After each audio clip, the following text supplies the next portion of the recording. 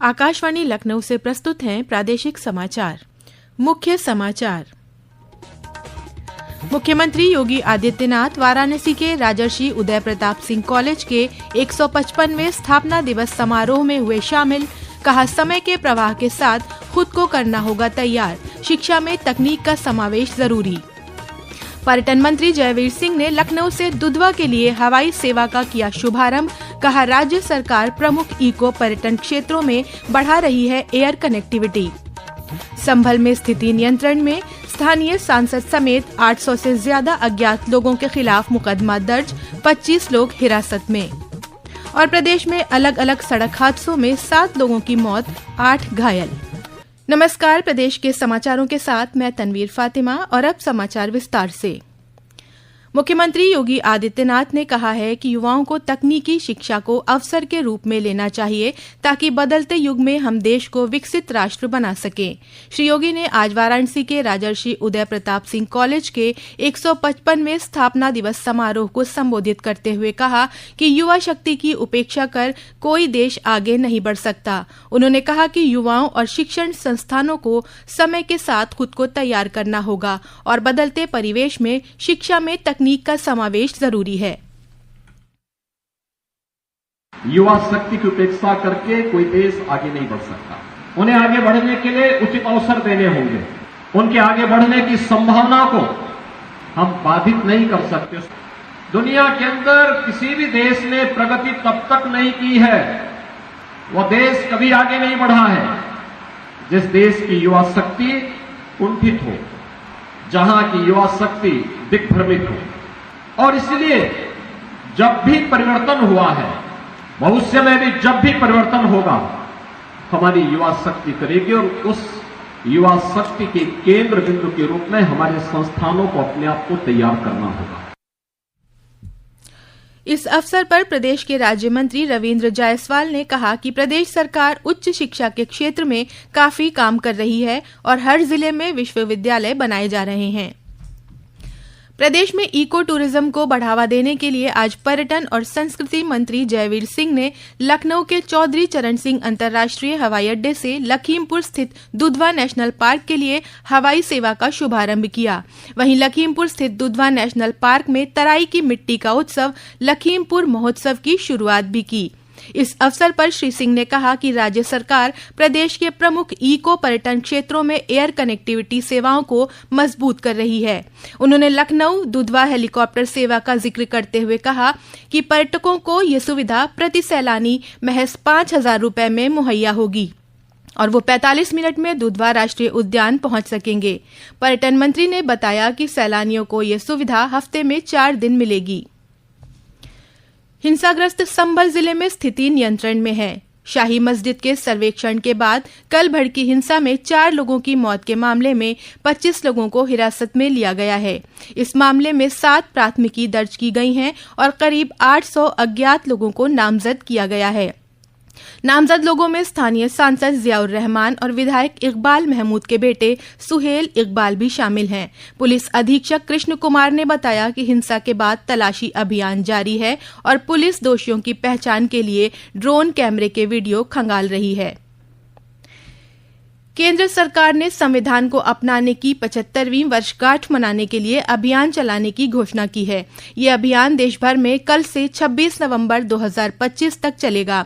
संसदीय कार्य मंत्री किरेन रिजिजू ने नई दिल्ली में कहा कि इस सिलसिले में संविधान सदन के सेंट्रल हॉल में भव्य समारोह का आयोजन किया जाएगा। उन्होंने इस अभियान के क्रम में होने वाले विभिन्न कार्यक्रमों में लोगों से भाग लेने का आह्वान किया है। इधर प्रदेश में संविधान दिवस के अवसर पर विभिन्न कार्यक्रमों का सिलसिला शुरू हो गया है। सूचना और प्रसारण मंत्रालय के सहयोग से 3 दिवसीय कार्यक्रम का आयोजन किया जा रहा है। इस क्रम में लखनऊ स्थित बाबा साहेब भीमराव अंबेडकर केंद्रीय विश्वविद्यालय में आज एक रैली निकाली गई। विधि विभाग की प्रमुख प्रोफेसर सुदर्शन वर्मा ने आकाशवाणी को बताया, इस बार हम विश्वविद्यालय में 75वां संविधान दिवस सेलिब्रेट करने के लिए कई सारे प्रोग्राम कर रहे हैं, जिसकी शुरुआत आज 25 नवंबर से ही कर दी गई है। एक मार्च पास्ट निकाला और इस मार्च पास्ट का उद्देश्य हमारे विश्वविद्यालय में जो टीचर्स हैं, जो छात्र हैं अन्य विभागों के, उनको संविधान दिवस के बारे में अवगत कराना और उनको ये जानकारी देना कि हमारे संविधान में हमारे संविधान निर्माताओं ने किस तरह से मेहनत करके इतना अच्छा संविधान बनाया है। केंद्रीय संचार ब्यूरो के क्षेत्रीय प्रचार अधिकारी जय सिंह ने बताया कि इस दौरान क्विज प्रतियोगिता और सांस्कृतिक आयोजन भी होंगे। राष्ट्रीय लोक प्रसारक प्रसार भारती ने हाल ही में अपना OTT प्लेटफॉर्म वेव्स लॉन्च किया है। इस बारे में प्रसार भारती के मुख्य कार्यकारी अधिकारी गौरव द्विवेदी ने बताया।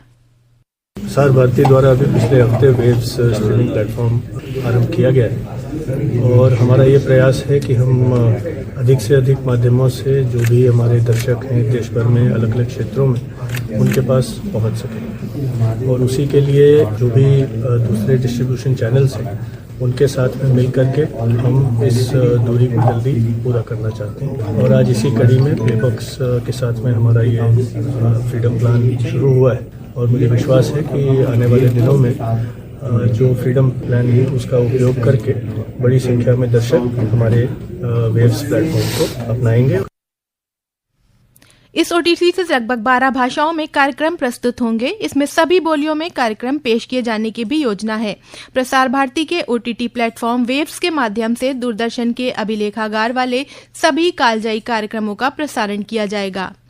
ये समाचार आप आकाशवाणी लखनऊ से सुन रहे हैं। ताज़ा समाचार जानने के लिए आप हमारी वेबसाइट newsonair.gov.in पर लॉगिन कर सकते हैं। इसके साथ ही आप प्रादेशिक समाचारों का ये बुलेटिन हमारे YouTube channel news on AIR Lucknow पर भी सुन सकते हैं। आगामी जनवरी महीने में प्रयागराज में होने जा रहे दुनिया के सबसे बड़े धार्मिक आयोजन महाकुंभ के लिए तैयारियां चरम पर हैं। श्रद्धालुओं की सुविधा और सुरक्षा के लिए जरूरी कदम उठाए जा रहे हैं। इस बारे में नगर आयुक्त चंद्र भूषण गर्ग ने आकाशवाणी संवाददाता सुशील चंद्र तिवारी को बताया। मॉनिटरिंग के पर्पस के लिए जितने हमारे कंट्रोल रूम के कैमरास हैं, AI है, इसके अलावा हम लोगों ने शहर में 150 सुपरवाइजर्स और अभी हायर किए हैं। साथ ही साथ हम लोगों ने 50 डिप्लोमा होल्डर्स और स्किल्ड लोगों को भी हायर किया हुआ है ताकि रेगुलरली डिपार्टमेंट वाइज हमने पार्ट्स ब्रेक कर दिए हैं कि आपके सारे स्ट्रीट लाइटिंग जलती रहे, कहीं कोई दिक्कत नहीं आनी चाहिए, आपके शहर में सीवर या वाटर लीकेजेस की कोई समस्या नहीं होनी चाहिए, शहर के अंदर कहीं विजिबल वेस्ट नहीं होना चाहिए, हमारे public toilets regularly cleaned up होने चाहिए। तो सेगमेंट वाइज हमने टीम्स ब्रेक कर करके ये इंश्योर किया हुआ है कि प्रदेश में 2 अलग अलग सड़क हादसों में 7 लोगों की मौत हो गई और 8 लोग घायल हो गए। हरदोई जिले के मल्लावा इलाके में गौरी चौराहे के पास आज सुबह एक कार और बस की आमने सामने टक्कर में 5 लोगों की मौत हो गई और 4 लोग गंभीर रूप से घायल हो गए। इन सभी घायलों को लखनऊ ट्रॉमा सेंटर भेज दिया गया है। सभी कार सवार कानपुर में शादी में शामिल होने के बाद घर लौट रहे थे। वहीं पीलीभीत जिले में गजरौला में कोहरे की वजह से ट्रक और यात्री बस की टक्कर में 2 लोगों की मौत हो गई और 4 लोग जख्मी हो गए। पेंशनर के सामने सबसे बड़ी समस्या होती है प्रत्येक वर्ष के नवंबर में स्वयं को जीवित प्रमाणित करना। इसके लिए कई बार बैंकों से लेकर कोषागार की दौड़ लगानी पड़ती है। इटावा में डाक विभाग ने इस समस्या के समाधान के लिए तकनीक को आधार बनाया है। डाकिया पेंशनर्स के घर पर पहुंचकर डिजिटल माध्यम से उनके जीवित होने का प्रमाण संबंधित बैंक और पेंशन प्रदाता संस्था को पहुंचाएंगे। इसके लिए पेंशनर को 70 रुपए का भुगतान करना होगा। प्रक्रिया पूर्ण होने के बाद वेबसाइट से पेंशनर्स स्वयं ही अपना जीवित प्रमाण पत्र डाउनलोड कर सकेंगे। और अंत में मुख्य समाचार एक बार फिर। मुख्यमंत्री योगी आदित्यनाथ वाराणसी के राजर्षि उदय प्रताप सिंह कॉलेज के 155वें स्थापना दिवस समारोह में हुए शामिल। कहा, समय के प्रवाह के साथ खुद को करना होगा तैयार, शिक्षा में तकनीक का समावेश जरूरी। पर्यटन मंत्री जयवीर सिंह ने लखनऊ से दुधवा के लिए हवाई सेवा का किया शुभारंभ। कहा, राज्य सरकार प्रमुख इको पर्यटन क्षेत्रों में बढ़ा रही है एयर कनेक्टिविटी। संभल में स्थिति नियंत्रण में, स्थानीय सांसद समेत 800 से ज्यादा अज्ञात लोगों के खिलाफ मुकदमा दर्ज, 25 लोग हिरासत में। और प्रदेश में अलग अलग सड़क हादसों में 7 लोगों की मौत, 8 घायल।